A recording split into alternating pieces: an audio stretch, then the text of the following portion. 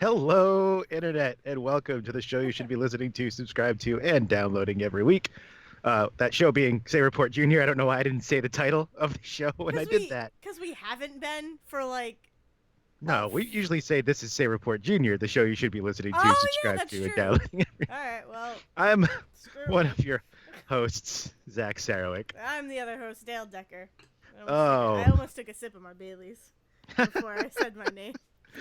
oh man, it's gonna be a fun one. It's a late night. It's been a couple weeks. It It's has been a couple weeks. Yeah, the world is in its various bunkers, and we're providing you your distraction. It's So I crazy. think we'll just jump right into things. How have you been? I've been What good. you been watching and doing and playing Um, stuff? when was the last time we recorded? Um, You it just, was you just listened prior. to the episode. Well, you didn't just Well, listen to the episode. You listened to the episode to see who was opening. yes. I gave away our It was secrets. prior to. It was prior to. I'm trying to remember what I had just seen because that's the way I can usually remember these things. Wasn't it? I had just seen Brahms. Let's see. I had just watched all the Final Destination movies. Oh wait, hold on. The Dreams conversation had happened. The dreams What? conversation has happened. Yes. Give me 1 second. February 28th. So Yeah. it has been 2 weeks. 2 weeks. Just 2 weeks. All right. Yeah. So Zach played Dreams and watched all 5 of Final Destination movies. What did I do? We talked more about Oh, Pokemon. Pokemon. Was the thing. We created the greatest band ever, Jiggly true. and the Puffs. Alrighty. Yeah, so that brings us back here. So, so since our last recording, the things I have done, I finished Buddy Thunderstruck. You're like, oh, that's actually, thank you. You know what? I've been trying to think of something I should throw on as I'm you locked should. in the house. And that should, yes, there we go. Perfect. You should. It's good. It's very enjoyable. I will say it's rated Y7. I don't know. It was for kids, but I never went into it thinking it was for kids. Let me give that preface. So I didn't give that I didn't say that to Devin. And then we had a whole conversation about how it's a weird kids show and that it doesn't. Dude, you should just watch it. Well, I will, We can because have I'll that tell whole you. conversation. Because there's a specific spot of my brain that remembers various different children's channels that put on shows that Yeah. sometimes walk that line. Yeah. So it'll be interesting to see where that slots in. So. Yeah. So I finished that. I won't give anything away. What else am I doing? So I saw the grand total of Birds of Prey viewings for Dale Decker is 8. Nice. Congratulations. So thank you very much. I'm happy it was an even number. I'm happy it was 8. I like the number 8 because you flip it over, it's an infinity, and that's cool. It's also a snowman, so hey, whatever. So Birds of Prey, still love it. Still one of my favorite movies of the year so far. Probably is gonna be my favorite movie of the year. And like, there are moments where I'm like, I wish I could just watch Birds of Prey right now. Just throw it on in the background and just watch Birds of Prey. But I've been getting that through the soundtrack, so that's good. I've mentioned Derry Girls before on the show, I believe. You have, yes. So I started watching the second season, and it's just so delightful. Okay, good. I was like, oh no. It's always like one of those 50-50 shots. No. It was like I started the second season Yeah. and suddenly they're like, and I wish it had only had one. No, It's like, no, oh no. No. It's just such a fun show to experience, and like, cause it's not the best time. So it's Londonderry in the 90s. And so there's a lot of military going on. There's a lot of fights about religion. So the first episode of the second season is basically just it's a bridging program kind of thing where they take Protestants and have them go on a retreat with Catholics. Oh dear God. And so that is very funny to watch, and them trying to, and they're kids, right? They're teenagers. They're in high school, so they're trying to, at least the main characters, some of the main characters are trying to promote peace and trying to be these peaceful people, but like it's difficult because of how they're raised. I It's love just this. so much I love fun. this because I think for people who are not raised religious in a lot of ways, or who don't understand the idea that like Protestant and Catholic probably don't sound or look that different to a lot of people, but No. when you're raised like Catholic, like I was, there's like weird. Like the biggest difference between Protestants and Catholics is that Protestant reverends can get married, and that blows my mind every time I Yeah. remember that. So, But so like, so for me, but like I don't know. I really don't. I mean, I know about religion. I just don't know much about religion. It just just never have. I know religion in other cultures. I know that, and I know the basics of certain religion. I know like a general umbrella of you know about religion, right? So it's funny to watch them interact, and in one scene the priest is like, all right, give me some, like, come on, what do we all have in common? And the kids can only point out differences. And so that's funny. That's such a great funny gag jokes, because it's like two chalkboards and it pans to the similarities chalkboard, and then it pans to the differences chalkboard, and like there's no more room to write. And it's just like dumb things, like very small little things that at that time, and probably to a degree now, I don't really know, but at that time they were a big deal. They were a bigger deal then than they are now. But and like Dairy Girls is a show being produced now, right? It's not like some old '90s show that somehow is slowly making its way over here. No. It's just produced now and takes place in the '90s. Yeah, yep. Yeah. So I Okay. believe they're working on a third season right now, and that's going to be the last season. All right. But yeah, it's great. I recommend that show so much. It's just fun to watch these, teenagers live in the 90s in Londonderry and, deal with what they have to deal with, which is not some shitty situations, but they always make the most of it, and like sometimes it doesn't go exactly right, but you, at least as a viewer, have some laughs along the way, and by the end of it they seem to like be cool with however went down, or they didn't, and that's part of the episode too. Like that's part of the message of the episode.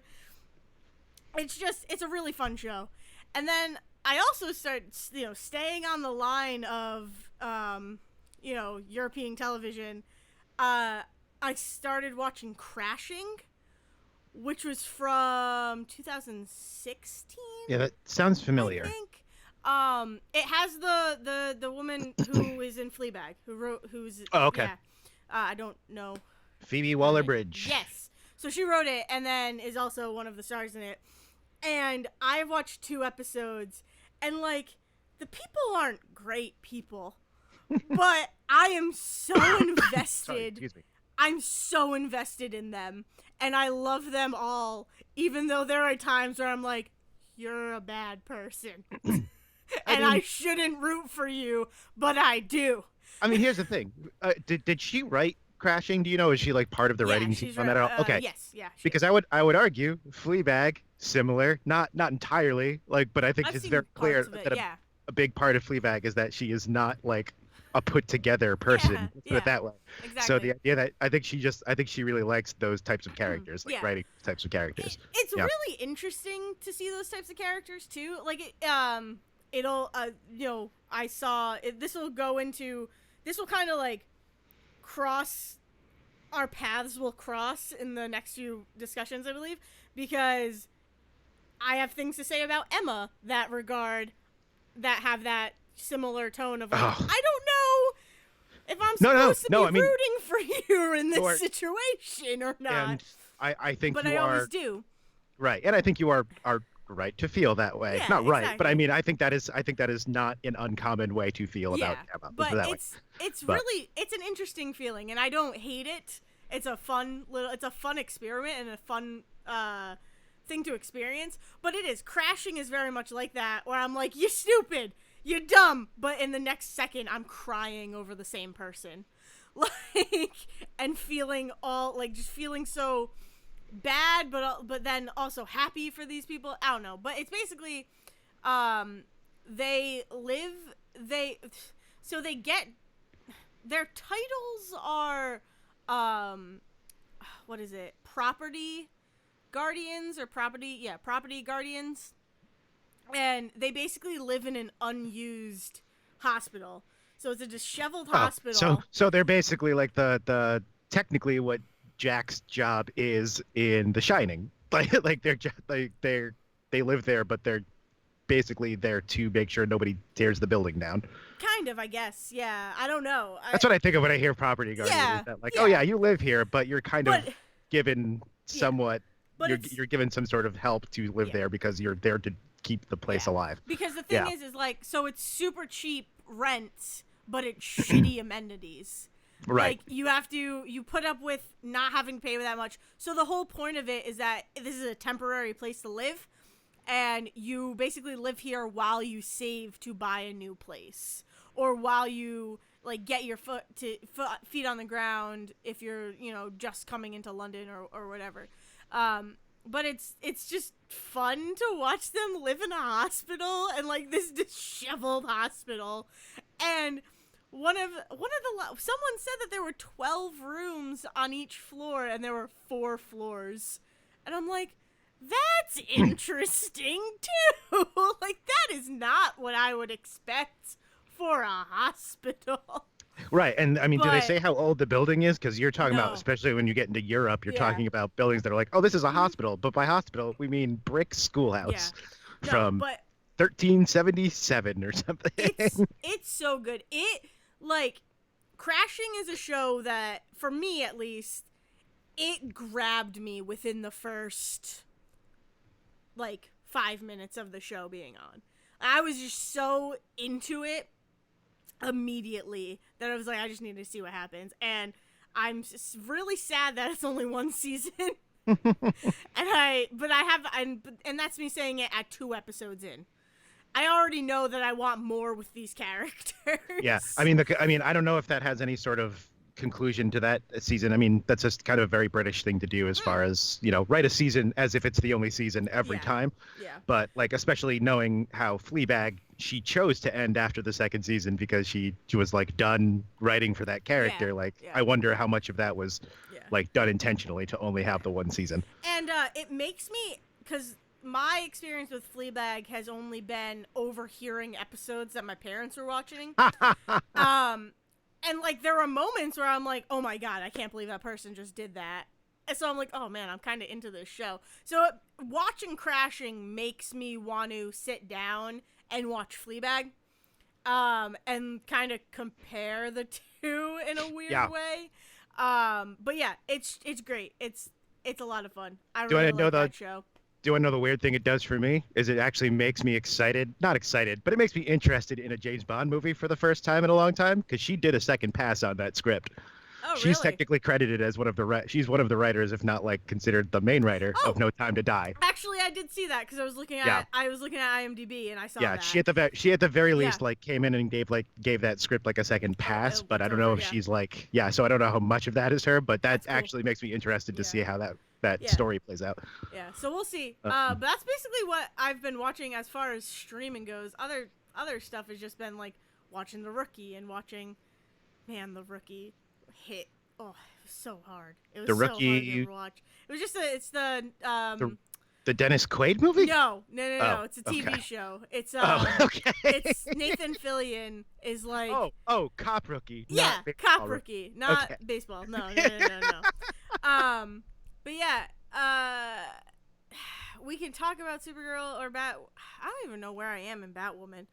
I do have to catch up on those. I did that thing, like I burned out trying to get through up to Crisis and like keep up after that. Yeah. I haven't gone back to like Supernatural since I got caught up to it. So I'm like, I'm doing the thing I always do. Here's the thing. I say burned out. It's because what happens is I always wait a few months and then end up going through like a bunch of episodes of those and then waiting again. And it's just like the weird way I watch those shows. Not for any other reason than just like they are very good for me to like go with the flow as far as those go. Yeah. So like, yeah. I gotcha. So eventually I will get caught up in those and we can have like a larger big conversation. I know that I am more warm on them than you are at the moment, but like I think that's just because in the same way I have the number of shows that I have binge watched and just been like getting through the the low times and get back to the high times and stuff. I just kind of go with the flow on these shows at this point. I will say I am starting to get back to the okay, I'm okay with this now. There are still moments where I'm like, why is this okay? And I think a big part of that is that, especially right now, as the shows are just airing, we have no idea if any choices are gonna pay off. Yeah. So it's like you're in that moment where you're like, why would you make that choice? Yeah. Why would you do that? Exactly. And it's like, because you don't know what's coming, and that doesn't mean it will necessarily ever pay off at all. And it's just frustrating. It's a whole other thing for me to watch all of Smallville now and be like, well, I've heard season 5 is kind of but if I push through it, season 6 is okay, and then I know season 9 is supposed to be great. So it's a lot easier to like push through it that way. Yeah, no, I hear you.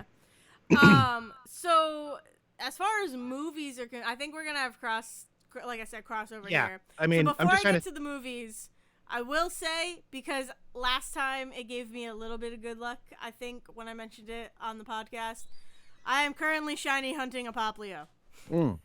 Right. I currently have 116 Popplio.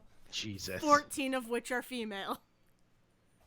Just to throw out those odds. Just so we all know what the weird ratio is when you're you have a starter. There's a part of me that really would like to hit the jackpot of a shiny female Popplio. But if that doesn't happen, that's okay. But that's like the jackpot of Popplio. I love the idea. I love the idea of a shiny Popplio popping out and you going, boy. Trade it away. No, I would never. Done with you. No, I would never. But it's just egg. I'm just doing the egg method of getting eggs, spinning in my circle. Does it up your odds if you breed like 2 Popplio as opposed to a Popplio and a Ditto? I don't know. So we've talked about the Masuda method before, which is having a foreign right Ditto Pokemon. Right. So it's generally a foreign Ditto, but I believe you could have a foreign, like it could just be any Pokemon. So like if I had a French Popplio and a Popplio in there, I think that's Popplio spelled Popleaux, by the way. That's a French Popplio. Just wanted to put that out there. Anyway. God damn it, Zach. I will say that I got really happy when I realized that I had 101 Popplio. So I'm like, it's like the 101 Dalmatians. Except that they're not dogs. Excuse me. They're sea dogs. Thank you. Thank you. Because Popplio is a sea lion, and sea lions are sea dogs. I just realized there's no Dalmatian Pokemon, is there? Oh, now I'm sad. How? Now I'm Pokemon? sad. Anyway. There's not. Now I'm sad. There should be a Dalmatian Pokemon. I really like Dalmatians. But then there should be every breed. But that's dangerous territory you're getting into, Zach. Because then there should be a Beagle. There should be a Husky. I mean, I'm giving them Gen 9, and also how is Lycanroc not a skinny Husky? Anyway, I guess more of a wolf. Lycanroc is a wolf. Okay. I said it. I said it's more like a wolf. Anyway. Which I mean, if you want to, nitpick and what's the split hairs, wolves and huskies are very similar in design. That's like being like, oh, we're all just from the same single-celled organisms, man. We're all the same. Lycanroc is also like a werewolf type thing too, if you have the midnight version. Well, it's because Lyca means wolf. Yeah. I know. It's a rock wolf. Anyway. It's a rock wolf. I have a shiny one of those too. Anyways. But do you have all 3 shiny ones of those? Anyway. No, because I've already said that I can't really use my shiny Rockruff anywhere. Yeah. Because I'm pretty sure it's hacked. My Pokemon Sun journey is it's bad. So okay, let's start here. Shield. I've got I think 12 Pokemon left to fill out my Pokedex. Really? Do you need a Popplio? No, Because I no, no, no, got because you. that's not technically part of the Galarian Pokedex, so I got to worry about it. Is Plus, I it? have my Wait, Primarina in there. No, you can take it in there, but it's not. It's it doesn't numberless. add to the Pokemon to the No, Pokedex. currently the Pokemon that have been added to it before the expansions come out are numberless and do not add to your Pokedex. So that Pokedex is still 400 Pokemon. But they have Pokedex entries. That's weird. Yes, that you can look up, but they are still like, yeah, they That's don't show weird. up. If you go under the actual Pokedex list, that still stops at 400, and then yeah. Huh. But you still need a Popplio in your life. But I can do that. I've got a Ditto and I've got a Primarina. I'm fine. Whatever, Zach. I mean, you could always use more Incineroar, but you won't, you know. I don't have a single Litten in my collection. I forgot that Torracat was in between, and Yep. Torracat's just sucks. Torracat's nothing. I like Torracat. It's Incineroar that freaks me out. Incineroar is weird enough to be remembered, and Litten is just prolific as far as I'm concerned. But in Torracat, I completely forgot about. Here's the thing. So yeah, I love Litten. If Litten was a single evolution Pokemon, it'd be great. I would love it. But I think yeah, I think with the exception of Zacian, and Zamazenta? no, I have Oh. Samus because that's the one that's in my game. Yeah. With the exception of Zacian and Type Null, basically, because I had to evolve it into Silvally to get the Pokedex entry. Mm-hmm. The only other Pokemon I have remaining are all Sword exclusive, which is why I don't have them. That's the only reason I don't have them. Otherwise, well, you gotta let me know what they are, because I can try and help you out. I can't believe it. You know what's annoying? So CDOT is one of the ones I'm missing, and I have gotten into freaking max raids with CDOT and Shrifty or whatever, the final evolution, and neither one took to the damn Pokeball. Oof, that's tough. So that's the only thing I'm doing at Sword. That's like it. That, and I need $2.5 million to buy out the last store. I don't. That is a part of the game that I'm like, I sat there. I'm not gonna do that. I literally sat there and did the math. So I got through it. It's like, okay, so there's 10 of these at this price, and there's 11 of these at this price, and there's 12 of these at this price, and 10 of this at that price. So I added it all together so I would know. That's great. And then in Sun, like, yeah, just going through, man, first off, I learned real quickly, not only did I not do all of the end game stuff for Sun, there's like 3 sections in the Pony Wilds that I've just never been in. There's like 3 gray areas on my map that I've just never touched. Yeah. Well, that's the thing about, because there's gray areas in mine too, because like you never need to go to them. I mean, you do if you want to catch everything, because like there's a couple of things that only exist there, but like that's it. Otherwise, like you the never big have thing to go there in the story. Right, and the big thing is that like the only reason I really need to get into Pony Wilds right now is I have 4 Oricario, but 3 of them are different colors, and one of them I don't have the purple nectar for because it's in the damn Pony Wilds. But if I walk in there, my Pokemon will die. I think I have one of the purple ones. I think I have a purple one. No, I mean I could definitely get it. It's just that like I just can't go in there yet because my highest level Pokemon is when I went and picked up the free Type Null, because apparently this is a mythical Pokemon that they just keep handing you in these games. Yeah, I got a free shiny Silvally. And he's just like here. And he's level 40, so like that's the highest level Pokemon I have at the moment. Nice. I've got so many first levels of things because I need to upgrade them. Like I just finally evolved one of my 3 Zubats, and now I need to evolve the second one, and then also make it happy enough to evolve again. Yep. Because Golbat's one of those ones that wants to be friends for some reason, like a baby. Like a baby. Like a baby. What? All the baby, most of them, no, because most of the baby Pokemon are the ones that need high friendship to evolve first. So that's what I mean by a baby. That's true, I guess. Whatever. Those are some of my favorites. The other thing is that I got Pokemon Mystery Dungeon, and I am going to wholeheartedly agree with you that it is just not my bag. Yeah. It's just like, especially because like it's a type of game I already know I don't like, and I guess when I realized what type of game it was, I went, but maybe the Pokemon thing will make this more palatable. And it kind of did until about 2 hours later when it stopped also working for that. Yeah, unfortunately. It's unfortunate. So, I mean, like I said, I like it in theory. I just don't like playing it myself. Yeah, and it's a type. Yeah, I mean, Um, there's like a whole bunch of different types of games just like this that I already know I don't like. So like, I'm yeah. not surprised. It's just a bummer because I need to fill space between now and Animal Crossing in another week. So Um, so to get onto the movies that I've seen, yes, let's get on. so These. okay, I think so the only two that both of us have seen. I'm gonna guess at one of them. I know we've both seen Emma. Have you yep, also seen Onward? yes, Okay, so those are the only two I think we both have seen. really, okay, yeah. So Yes. so I have seen Onward, um, Emma, The Hunt, Oh, you've seen and The Hunt and I yeah, haven't. Now I'm yeah, mad. and Bloodshot.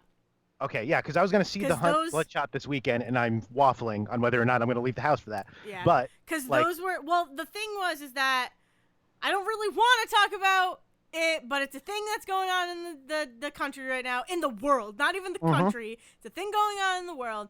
But you had texted us saying that. Also, I have to ask you something Oh, later. But yes, you had texted us about theater stuff and possibilities whatnot. possibilities of places where large groups of people might close. There was Yes. like Yeah. a thing where we have to start looking out at the moment at whether or not places where large groups of people are might be closed before Yes. you drive all the way out to them. Exactly. So So we had already gotten tickets for The Hunt. We have had our tickets for The Hunt for a while. that's funny because For I like a don't. few days Here's or a the few thing. weeks. Even when it was first coming out, and especially now, I doubt that their whole marketing scheme at the moment is going to translate to money for them. So like I just don't like I just expect to walk into an empty theater at any point and watch that Well, the movie. only reason why the reason why we get our tickets early now is A, because we can, because it's free, Yeah. and we because of the A list and whatnot, but also because you need to pick your seats. Oh, that's right. I forgot that you guys have. Yeah. Yeah. So if it were like a place that you didn't need to pick your seats, we Yeah. don't generally we've never really bought tickets online before. It's not even buying, it's more of we're reserving our seats Yeah. because we want our good seats. And it's because I mostly Um go to showcases where you don't do that, except North Attleboro, where every time yeah. I've gone there, I've been one of 5 people in the theater, so Yeah. it's never been a problem. And actually, I will say I believe Hunt had the most people in it. Is it PG-13? Do you remember? Or is it R? It's R. I It's mean, R. it's possible that it's R. It's just that because, like, definitely, like, with PG-13 horror movies, especially, they fill up with Yeah. teenagers and stuff all the time. So I was just curious. But No, it's gotta be R. I know it's gotta be R. I mean, I wouldn't be surprised. Maybe I was not, just but curious if it's that was the thing. no. But yeah, so we've had our Hunt tickets for a while, and then we were also looking, and we were like, oh, maybe we could do Emma and Bloodshot too, make it a triple feature, right? So we ended up doing that. We weren't too sure about Bloodshot because it was the latest one. It was like a 10:15 showing, whereas Emma was like 4:15 and Hunt was at 7, right? Right. So we actually like ran from Emma to Hunt and still had time to save, right? Right.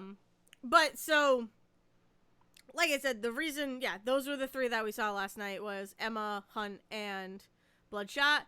And thanks to you being like, hey, things might be closing down, that's why we saw Bloodshot. And I'm really happy we did because, oh my God, is that movie great. Oh, see, that's good. That's so good because, It's like, I mean, great. I have. Oh, yeah, it is. By the way, Hunt is definitely rated R. I mean, I'm not surprised. I Yeah, was just no. looking at that. When you question that, and I'm like, there's no way. I was only curious. Let me put it this way. I was curious because you said there was people in it, and I like feel my like people immediate have thought. been excited for that, though. The problem is I don't talk to people, so that's my problem. So like my gauge on that.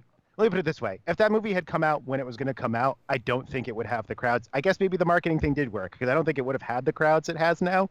Is part of it, but I also think that like I don't know, between everything going on, there was just I didn't have any real expectation for an audience for that movie. I expected personally to enjoy sitting down and watching it, and that was about as high as I was going to go with it. To give you the numbers, there was one off the top of my head. What I observed, there was one other person in Emma. Oh yeah, that was like that was like me and like 2 or 3 other people. Yeah. Hunt had, let's see, 1, 2, 3, 4, 5, 6, 7, 8, 9, 10, 11, 12, 13, 14 people, so 16 including us. give or take. Maybe I'd probably cap it out at like 20. So 20 people in the hunt, and then Bloodshot had about, let's say there's 2, 4, 6, 8 to 10 people. Yeah, in Bloodshot. And to be fair, this is also something that I've noticed working in the theater for a while, is that the Thursday night thing still is not like common knowledge. I think the fact that like no, I don't think it is. I think the fact that I don't think people, it used to be there was a midnight showing or a 10 o'clock and a midnight showing for the big stuff that would come out the night before, and I don't think people realized that there was like a 4, 7, and 10 showing of literally every movie that's coming out, and it's with been like very that few way. exceptions. It has been that way for years. Has it been years? Because I noticed it this past year, but again, it's because I only really started going back to the movies in the past year and a half. It's been like that since at least I was in college. Because that's when Devin and I have always seen movies, is Thursday nights. Wow. And like I knew that. Like I could be wrong. I guess I knew that. I could be wrong, but my memory serves that it's at least been since I was in school. So at least. And it's 4 also years. possible that like the later showings have always been a thing. I feel like maybe the 4 o'clock showing might be newer. It's just the fact that there's like 3 showings every Thursday. I think that blew my mind that I noticed. I think like a regular 10 o'clock showing, at least, if not a 7 and a 10, was probably more prominent, especially as like, more bigger movies were coming out, and so like people were probably trying to catch up with that. I don't know. The anyway, cool thing too is like none of that's super important. But it is if you go to the movies a lot. Like, that's true. Guys, like it's when we see that there's a 4 o'clock movie or even a 5 or a 6, like that's prime. That is prime time for us, because it gives us a chance to be like, okay, we at least know we're getting to see this movie. If we're feeling it, we can definitely do a second movie. If the time gives us, if timing works out and it gives us that chance, we can definitely see a second movie. But if not, then we're home relatively early and still get to hang out at home and enjoy at home time watching TV with our family, with our parents and whatnot, right? So, yeah, those time slots have been great. Yesterday worked out extremely well because it was a 4:15, 7 o'clock, 10:15. Like, that's the ideal. Right, there's not a ton of time in between them, but there's enough time to get from one movie to the other, but you're not waiting around waiting for a movie to start. Exactly. The only one that we had to wait for was Bloodshot. We were waiting in the lobby for like an hour. But it wasn't bad because we were kind of posted up and could see into another theater. So we were like having fun trying to figure out, I wonder what this movie was. It was Onward. So we were trying to figure out, based on trailers, based on whatever, like figure out what movie was on in front of us, right? So, but, like, it wasn't bad. But that's also, that's part of going to the movies. Yeah. So I mean, right now, the over-under, here's the deal. You're selling me on the idea of going to see Bloodshot, which was the one of the two movies. Well, The Hunt I was going to see regardless. It was whether or not I was going to, like, push myself out of that house. The Hunt, I mean, like I said, trying to see every horror thriller thing that comes out into theaters this year, and this falls under that. So I was going to see it regardless. But like Bloodshot, I was like, okay, it's the other movie coming out this weekend. I like Vin Diesel. Sure, I'll give it a shot. And like going to see 2 movies feels more like I'm going out to do things rather than just like going to one movie and coming home. So it's a lot of fun. But I was definitely waffling on it because I was like, I don't actually know what this is going to be. So hearing that you're like, oh no, it's definitely that's fun. Like that's what I want. Perfect. I want that to be just a fun thing to watch. And it's nice. Good. It's nice if you do The Hunt and then Bloodshot, because The Hunt you get super exhilarated, like you get this like exhilaration from, and then you get to carry that over into Bloodshot. Right, and you get like horror stress and horror anxiety and stuff like that, but not always. I'm sure there's dumb stuff in The Hunt too, but not as nearly as much as just like the dumb fun action of like a Vin Diesel movie. Yeah. So Bloodshot's a nice come down. Cool. From Perfect. The Hunt. Excellent. But it's great.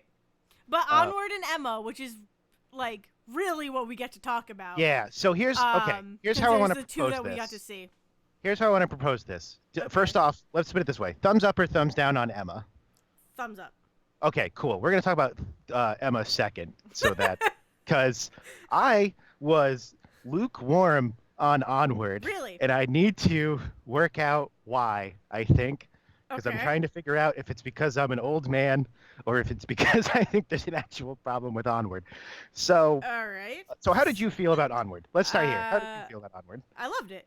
Okay. Yep. So That's I fine. will Like, here's the say, thing. hold I on, no, say hold on. lukewarm specifically because I want to be very clear here. I didn't hate it, and I don't begrudge anybody who did enjoy it. That's Yeah. why specifically I'm saying I don't know if it's a me problem. No, that's fine. So I will say, I it was weird. So Onward was weird for me, but end result, I absolutely loved it. Right? Yeah, I mean, I liked it. I liked the Absolutely. message. There are definitely scenes in it I really liked. I think Yeah. the acting, I think the voice acting and stuff is great in it. I think it's, But yeah, but so for me, so it started out and I was like, I'm super in, right? And then it gets to this moment where I'm like, I started getting nervous. Just like I've mentioned this before on the show. I've mentioned this numerous amounts of times.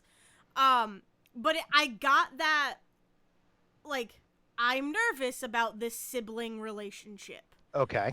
because it was a lot of, oh, I don't know how I feel about you. Ian?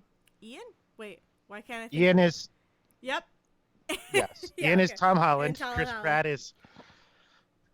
Pratt is something. Shit, now I can't remember. Barkley. I think it's Barkley. Barkley? I'll look it up while we're You talking. can look it up on the internet. So that was the thing, is that there was a moment where I was like, oh, I don't know if I really like Ian, and I'm kind of like, I'm nervous right now. Like, they're setting it, they were making it seem like Chris Pratt, which I'm Barley. Barley. Okay. That's what it was. Okay. I'm like, they're giving a lot of shit to Barley, but like, he's not wrong. Like, he's just trying to hold on to the past, which is what people do. Like, that, you shouldn't forget history. You shouldn't forget history, and that's all Barley is trying to do, is not forget where everybody came from. So I got really nervous for a second, where I was like, all right, I can't sit through this movie if it is a constant shit on Barley time. Which it was and it wasn't in a lot of ways. Right. Because there were those moments where you're like, oh shit, okay, good. Like, Barley got his fucking time. And everybody realizes that, no, that's what you need to do. But there was a moment where I was like, oh my god, this is gonna be a bad sibling relationship. And I can't handle that. Because that's shit that I don't like in movies, because, or in TV, because, you know, bad sibling relationships aren't the only story to tell when it comes to siblings. Like, that's a very easy way out, is to be like, siblings, oh, they're butting heads all the fucking time. Like, they hate each other. They want nothing to do with each other. But no, in actuality, there are siblings in the world who actually get along and are friends. Yeah. You know, case in point, you know, us. Like my brother and Yes. I are friends. Like, you and CJ are friends. Like, Yes, but but I think, and here's the thing, and because and again, I mean, you and Devin, also living together at the moment. You're much. I will say this without too much hesitation. Yeah. You and Devin are much closer than Sejan and I, both physically and I think just in general. It just is the way things have always been. So so I think that watching Onward, their relationship very much was like me and Sejan, which was just that, oh, they're both kind of just doing their own thing. Yeah. And like, they sometimes get along and sometimes don't. And I think for the most part, I think they were fine. Like it didn't bother me. Like, I think a big thing of this movie in general was that literally everything I expected to happen happened, which I think is part of it. But like, I just didn't want a Christmas Chronicles scenario. Yes. Where I was That's like, fair. These siblings, like, I don't believe you are siblings, because you have such animosity towards each other. Right. And then it fixes itself by the end, but there are moments in Christmas Chronicles where I'm like, I don't believe that you two share, like, I don't believe that you are siblings. I don't believe you share blood. I don't believe that you have the same DNA. I do not believe that you are siblings. And I was nervous that, like, it was gonna be that scenario in Onward, and I was proven wrong almost immediately. Yeah, yeah. I mean, like I said, I think that they get along fine and Yeah. do their own thing, and Yeah. that's just kind It's of the way. just And also, it's it's a part more of yeah. the It's fact more that sorry. their ages. No, sorry, it's just that like the idea that like Ian is just they make it very clear about the place that Ian is in this movie, and so it like makes it very It is like so Ian, his right? relationships to him. Yes, Okay. yes, It it's feels yes. weird saying Ian in like this. It's cool. I like that his name's Ian because it's a fantasy world and I don't picture Ian as a fantasy name, but it makes me really happy See, here's that the thing: the that's his names were name. not a problem for me, but that is No, also they very weren't a problem for me in the then at then all. no. I mean, here I never thought about it in the context of the names, but kind of what you're saying is part of why I didn't get into the movie as much as I thought I would, Oh, which is that like they were doing the whole what if fantasy creatures but also real world, and I feel like they blended. I feel like what they did was a palette swap on the real world, and there just wasn't enough. Like it just didn't. I can't it figure out what it wasn't as it fantasy like for you? Pixar is very good at building their worlds and building stuff around their conceits. Like Wally's entire thing in both in the spaceship and on the planet. Like even Cars, a movie that they literally shit out for contract obligations, feels like as much as you don't want to think, if you don't think about the fact that human beings would have had to build half this shit in that movie, at least Cars, I don't know, seems to fit into it. For some reason, this movie, I kept watching it and like most of my time. I think part of the problem. Let me go back to the beginning. So Monday was a high anxiety day for me for no reason. This is before a lot of the shit this week that has hit the fan. So it was just a high anxiety day for me, which is part of the reason why I went to the movies. And Onward just happened to be the first movie I saw that day, and so that could be part of it. So I think I was thinking too much through most of this movie, but like I didn't feel like there was any reason for this movie to be with fantasy creatures versus just like any sort of live action Disney movie where a kid discovers they have magic powers by accident. Like I think it's the thing that like they didn't convince me that this world needed to be a fantasy creature world as much as they could have. And so like to point, let me put it this way. There's a point in this movie where their mother is on the phone with someone and says they're teenage elves, and that was the first time the entire movie that I went, oh, okay, so they're supposed to be elves. I didn't know what the fuck they were supposed to be the whole movie because like elves have been portrayed in so many different ways in so many different fantasy things that just like the fact that they were like living in mushrooms, I went, oh, are they supposed to be gnomes? And then I saw gnomes, and then I went, well, I don't know what they're supposed to be then. So it's like halfway through the movie before I even know that what they are. And I think that was the thing that like, and so like, that was one of the big things that stood out to me. Like I just didn't like. It's not that I like the look of it. It's just that it was the first time that I have not seen a Pixar movie in a very long time. I realized this coming out of it. I don't think I've seen a Pixar movie, especially in theaters, for a very long time. I watched like I didn't even see Toy Story 3 in theaters. I definitely watched like, and I think that might be the last Pixar movie I sat down and watched What about that Toy wasn't Story? finding. I have not seen Toy Story 4. Oh, I have not really? seen Inside Out. I have Oh, not that's seen. okay. I haven't seen You're The Good you're Dinosaur. Zach, you need to see the Good Dinosaur. Dale, I want to point out something very quickly. I'm not going to harp on it, but I want to point out the fact that you just got very excited about The Good Dinosaur, a movie that I understand contextually to be terrible according to everybody else. Yeah. And Inside Out, you just ugged a Yep. movie that I have been told contextually is amazing. Yeah. So, But but yeah, anyway, because that's the truth. Is that but that's people? fine. That's Dale's. That's Dale.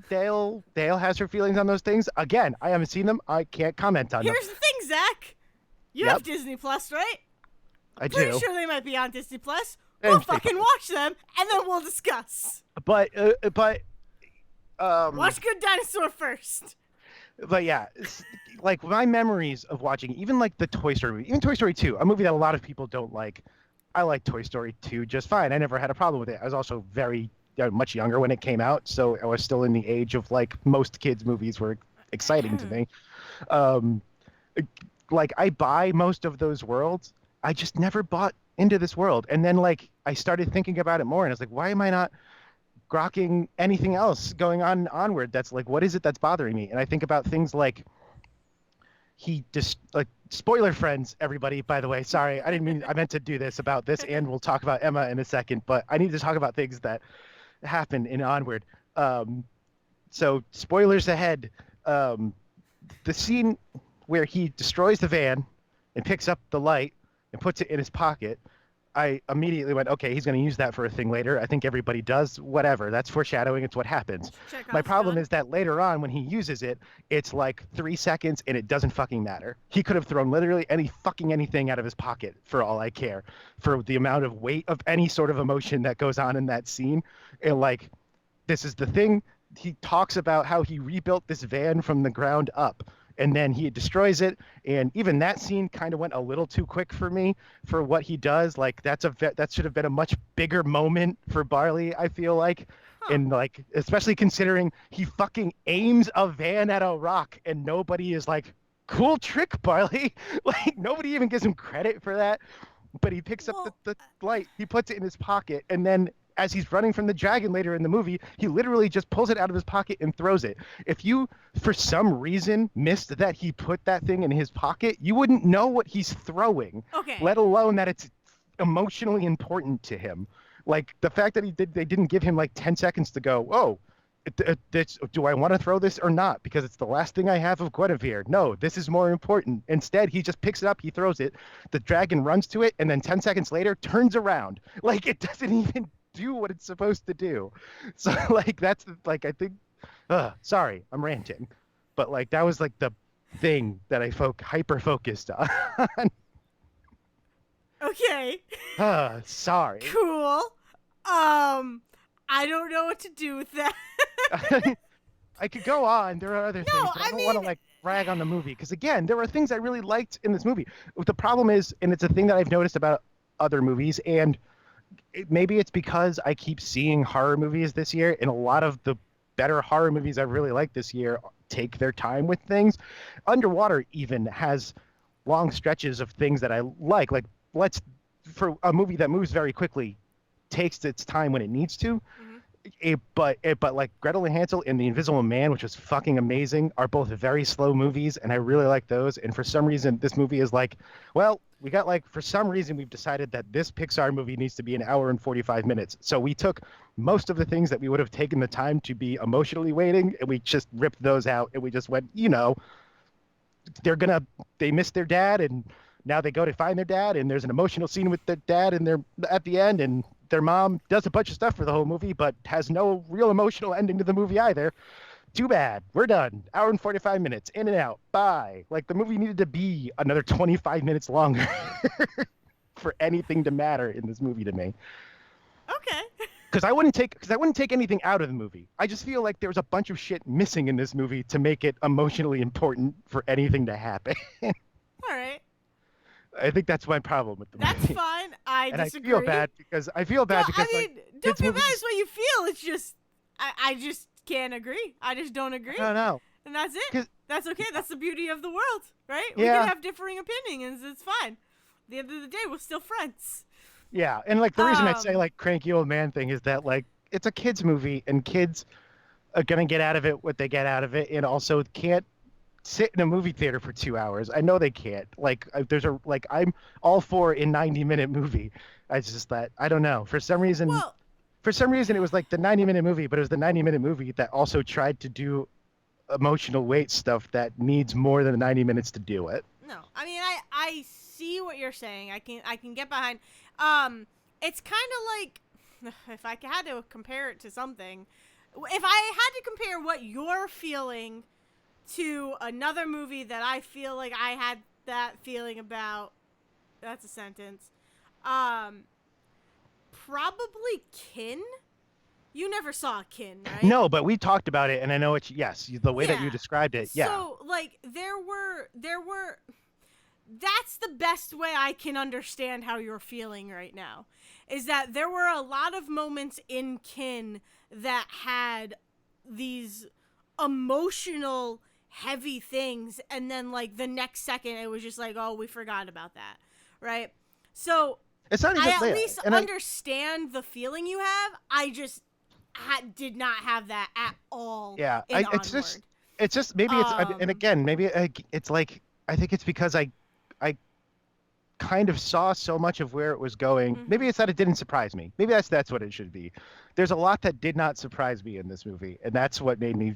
I think maybe that's what's bumming me out because like I saw a bunch of stuff coming later, and so I just kind of was like, oh, they didn't like twist that at all. Yeah. Like there's a whole fight with a stone dragon, and they have a dragon for a pet, and they know a spell to make things bigger. And I really would have liked to see their pet become real big and fight that dragon. Like that's how I would have ended that scene. Like that's how I would have at least done that as part of that fight. Not to take out what they did. That should just be part of it. Yeah. Like when you say like he has the moment staring at the sunset where he remembers the being ridden, like being taught how to ride his bike by Barley. Yep. If they had mentioned that once throughout the rest of the movie, that probably would have felt better. Oh, no, I disagree. I think really? that, yeah. No, because it feels so much like what they just decided was like, okay, we spent the whole movie making Barley feel like a fuck up. Now we're just going to spend 30 seconds saying, oh, he's actually cool, and then you're going to feel cool. Like, no, I want to feel something about Barley before that. No, but you get it through the whole movie because because here's the thing. If they had just, it's okay, Zach, just breathe. It's okay. It's okay. It's gonna be okay. Here's the thing. I get that Barley feels for his father. What I don't get is and Barley raised Ian in his place. That's what it is. Like that's part of it. Is that like, yeah, I felt the weight. Like I really liked that Barley got to have the conversation with him and that Ian didn't. Like, I think that's a very cool choice. That was the thing that surprised me. Yes. That was like, this is how we're gonna do this, and you're not even gonna hear it. That's great. The thing that I don't like, it's the other half of that, which is and also Barley was your father figure, because they spent most of that movie saying that Barley is not a father figure, and like, but I think it's not even like the point is that it doesn't need to be. You can get fathering from someone who isn't a father or isn't even perfect. Like that's the thing. The whole thing about Barley, right? The character of Barley, right? Is that he's just this like fun-loving dude who wants people to remember history. He doesn't want people to not move forward. He just doesn't want people to forget where they came from, right? Which is a whole other nitpicky thing I could get into, but we're not going to. But the thing is that you have Ian write his list of what he wants to do with his father, right? And then that whole montage at the end is that it's okay. The bottom line is that it's okay that, like, it's what Ian comes to, it's how Ian comes to terms with losing his father, not knowing his father, because he had a brother. Like, he had someone to laugh with. He had someone who taught him how to drive. He had someone who he could have heart-to-hearts with. Like, he still had all of that. It's more or less being like, it's okay if you don't grow up. I don't know. It's okay. No, you're okay right. if you don't have a parental figure, because other people can be that for you. That's yes. Even you're though, right. but it's been a story that's been done a bunch of times, even in TV shows where people are like, my parents, I lost my parents at a very young age, but look at the community I have behind me. This is the community that raised me. And like the characters could be thinking, yeah, would I have liked to known my parents? Yeah, of course. But I'm still doing okay. Like, I'm still okay. I mean, even God Friended Me, right? And God Friended Me, he lost his mother at a very young age. But he was still able to, like, learn and become his own person with the support of his community. And I understand that not everybody gets that. I understand that's not for everybody, and it doesn't come to everybody, and that's unfortunate. But I think it's just Ian realizing that what he has is good, and he took it for granted. So it's basically like Ian coming to realize, oh shit, no, I have everything that I could want. It's just I wanted that figure of a father. that I never got. Yes, I just feel like the movie doesn't give the Doesn't give that to you enough? not that. Let me put doesn't. Because that I'm trying whole to dance think. scene, Right, and that's is but that's the incredible, problem and him again. teaching him how to drive is great too. Except he doesn't. I mean, he Ex- doesn't teach him how to drive as well, much he as they have doesn't. one panic moment and teaches Yeah, him how to drive. yeah. Right. But Well, that that's okay, what. cool. Yeah, But you know what? He doesn't remember that. He remembers a scene of a thing they never told you.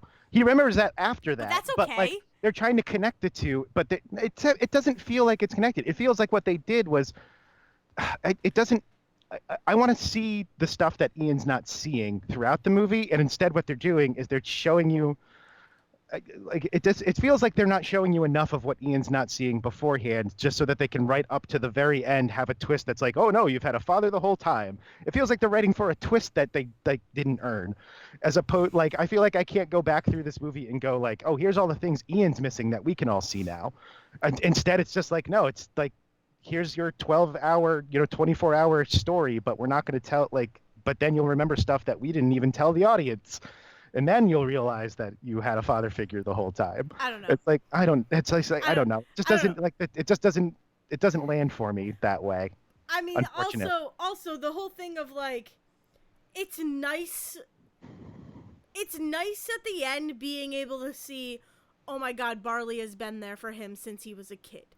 Like, it's nice that they didn't tell us that right away, because it does give you that moment of, oh God, these two are disconnected. And why are they disconnected? But then you get to see through Ian's memories that, no, you guys have been connected the whole time. It's just, you haven't always seen eye to eye. And that's okay. But, yeah. like, I don't know. It just feels like you still had someone there. You still had someone there to help you through those moments. But also, it's interesting because, like, I don't know, the whole show don't tell stuff really resonated with me from screenwriting class. So yeah, but that's what I mean. This feels like it's telling you. This feels like it's not showing you at all. It feels like it's waiting until the very end to go, okay, and now we're going to tell you about a bunch of stuff we didn't tell you before, so that now you feel this with him. Like, it doesn't. I don't feel like I'm being shown. Oh, that's I what do. it is. I don't feel like I'm being shown. There's no dialogue. You're just being shown images through Ian's That's memory. fine. Yeah, but that's still the movie telling you about a bunch of stuff that happened that they didn't tell. That wasn't like broadcasted. Showing you. No, showing you would be no. I don't know. No. Okay, wait. Showing you is not literally. How would you have wanted them to bring up the fact that Barley taught Ian how to ride a bike? After he picked him up from school, before they get home, I would have a scene of him trying to learn how to drive and failing again, telling him about how he failed the driving test again, and have a scene where Barley is trying to give him more confidence about driving and says offhand, it's like when I taught you how to ride a bike and I let go and you didn't notice. Because here's the other thing. So he does the telling. same. No, telling would be yes and no. There's It's okay, Zach. yes and no. No, because here's the thing. Yes, it was shown to you without dialogue, but dialogue doesn't mean spoken. I mean, told doesn't mean spoken when you're talking about show and tell. Show and tell is I'm saying a thing so that later, again, foreshadowing. I'm saying a thing so that later on it means something, is showing. Telling is I'm just going to tell you outright, here's all the things Barley did for you so that you know that he's a father figure now. That to me is the difference between show and tell. Okay. That's such a different interpretation than what I have. It's like that's what I like. Again, like to I don't know, like because I don't know. I don't know what else I would do. Like I want to feel like Ian was missing things beforehand instead of just Ian was being a shithead for half of the movie and then was like, oh no, actually, like because. Here's a bunch of stuff you did for you before you just never thought about. That kind of just makes Ian shitty at that point to me. Yeah. That Ian just didn't bother thinking about those. Yeah, shit. I think that's kind of the point. Is that, and again, that's what I was saying in the beginning, is that at the beginning of that movie, I'm like, I don't think I'm going to like Ian, and that's weird for me because I really like Tom Holland, and I understand that shouldn't be what I weigh the character on. But like, I was excited to see Tom Holland and Chris Pratt in a movie, like in voice acting together. that's completely separate from Marvel. And I was excited, and I'm like, this is weird. Like, I've never not liked a character that Tom Holland has played. I've always like been on Tom Holland's side. So it's interesting to be like, oh, all right, you're kind of a shit. Yeah, you know what? You don't even have to have go back to that scene I was banking up before. Don't even have him mention the bike thing again, because you know what it is? Is it's the fact that like the bike thing is the bike thing and the swimming thing, because there's the swimming pool thing too. Yep. They're just so out of context. Maybe that's what it is. Show me a scene where he's trying to show him how to drive and he fails again or whatever, but he's doing a big brotherly, fatherly thing for him. And then Ian still blows him off or whatever because he's, 16 and shitty. So that then later when you tell me he also did that as a, like, at least then I would have something to connect that to. It's just that like connecting it to a scene where they're running away from people and it's like a panic moment. It's like, yeah, like that doesn't feel like, I don't know, like that, those, I don't know. It didn't connect. It just didn't connect to me. There's also all sorts of other like nitpicky shit I could get into, like the fact that the pixies just start flying after centuries for no fucking reason. Because Barley yeah, because Barley he brought told them their that faith back. No, he didn't though. He got them mad. And then there's no like they're just flying and they fly into a windshield of a completely different character who is not surprised by the fact that pixies are flying. They're just flying into the windshield and that's what freaks her out, and then they fly away and no one goes, well, that's weird. They haven't fucking done that for centuries. So like they set up this idea that like they set up ideas that just don't pay off to me. Like Barley is obsessed with this fountain that he's like chained himself to, but doesn't know anything about it. Apparently, he just knows it's part of their history, but doesn't know anything about it. And the only thing he mentions as their that happens all the time in today's world, though. I guess that's true, but like he talks about how he's obsessed with the history, and he's obsessed with the game, but he doesn't talk about anything that isn't related to the game, and it just is like, okay, so this world. It doesn't expand the world in any way to tell me that you know history about stuff. Like it just like I don't know. Like it doesn't feel like the world fucking matters. Like for half of this, it's just like, oh, it's cool that you knew this history. It's cool that it helped us defeat that dragon. That's it. Like it doesn't make any sort of like big rich world to me. It's not a rich movie to me. I've been thinking about this all week. I apologize. I really did not mean to like keep ripping on it like this. It's fine. The bottom line of this movie is that don't take shit for granted. Even the smallest moments, do not take them for granted. Like, live in them, enjoy them, have fun with them. Even if it's a small moment, you can still be happy with it, and like, it can still help you in a later world. And also, don't forget about history. And don't be an old curmudgeon and go see movies when your heart is palpitating, because it doesn't help at all. Well, I'm sorry. Boy, Emma was a good movie, wasn't it? Bill Nighy, I could fucking watch him all fucking day. I mean, if we really want to get into it, Emma's got some problems. I still really loved it, but it can be...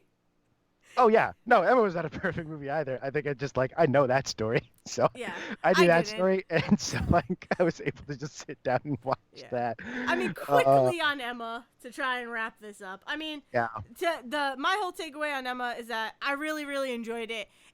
There were just these moments where I thought I was going to get, Devin and I just had this whole big conversation last night about it, where I thought from the trailers I was gonna get a Little Women-esque movie, but that takes place way earlier than Little Women does.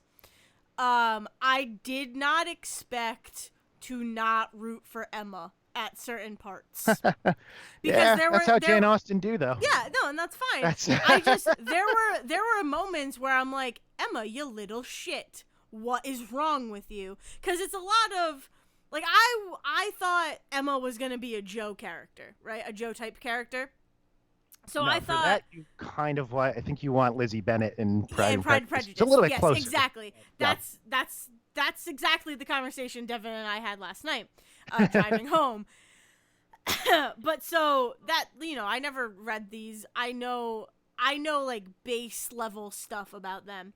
about these stories. So, but I'm going purely on the trailer of Emma.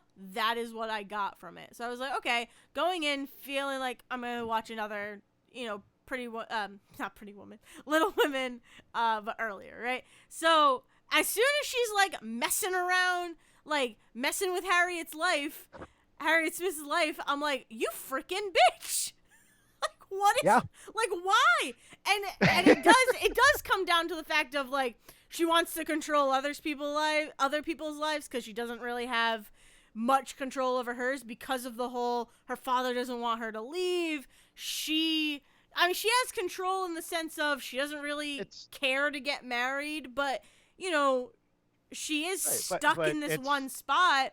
The women of high society had a specific role that they were expected to play, and she was able to get out of the marriage one for a little while until she actually decided she wanted to, and that's like a whole thing. But I like that it's her choice.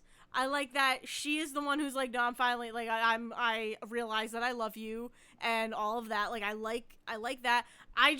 There were moments where I'm like, I do not like you right now. You are not. You're terrible. And that was a weird feeling. But no, overall, great movie. Beautiful shots, beautiful sets. Great fucking soundtrack. Oh my god, the fucking folk music that went behind that. So good. Oh.